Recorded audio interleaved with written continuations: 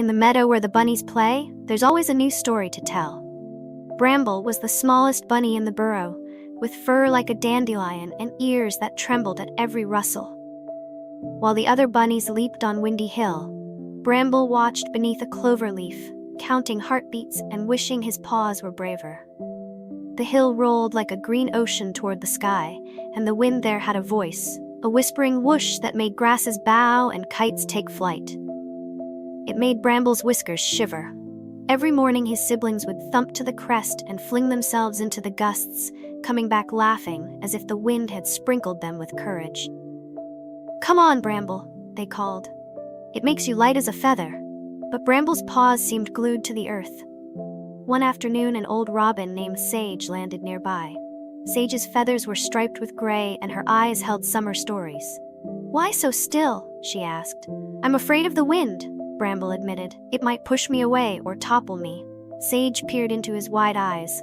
"The wind is not an enemy," she said. "It can teach you how to trust. Courage starts with a tiny step." That night, Bramble dreamed of a kite with his name stitched on it, floating above the hill, pulling gently until his paws left the ground. He woke before dawn, the dream a silver thread in his chest. He found a scrap of paper, tied it to a blade of grass, and climbed halfway up the hill. The wind greeted him like an old friend, smelling of thyme and rain. He clutched the grass stitch and closed his eyes. He took one hop, then another. The wind tugged. His toes left the ground, and for a bright breath It was a wobbling sort of flight, not the robin's grand soaring, but the world below became a quilt of greens and golds. His heart pounded and joy warmed him in place of fear. He landed with a tumble and a giggle, cheeks pink as berries. After that, Bramble practiced tiny flights. Sometimes he leapt with his siblings, sometimes he watched from a safe rock. He learned the wind's moods, when it sang soft lullabies, when it played rough games, and when it settled into a hush. He discovered how to stretch his legs so the gusts would lift him higher, how to tilt his ears to steer, how to make every hop count. One afternoon, a storm brewed beyond the hills. Clouds nodded like old scarves, and the wind grew sharp and impatient. A kite party had been planned, dozens of kites bobbing like colorful fish above Windy Hill, but gusts began to snap strings and send kites diving. Mallow, Bramble's sister, clung to a kite with a ribbon tail that tugged like a stubborn tugboat. Her paws slipped on the muddy slope. Her face went white as milk. Without thinking, Bramble darted up the hill. Rain pricked his nose and the wind pushed back like a strong hand. He could have turned away, but he remembered Sage's words and the bright tremble when he first left the ground. He grabbed the kite's string and planted his paws, leaning into the gust. The wind roared like tiny trumpets. For a moment he feared his courage would be blown away, but then he felt the wind take his push and return it as lift. Bramble pulled and angled his body. The kite steadied.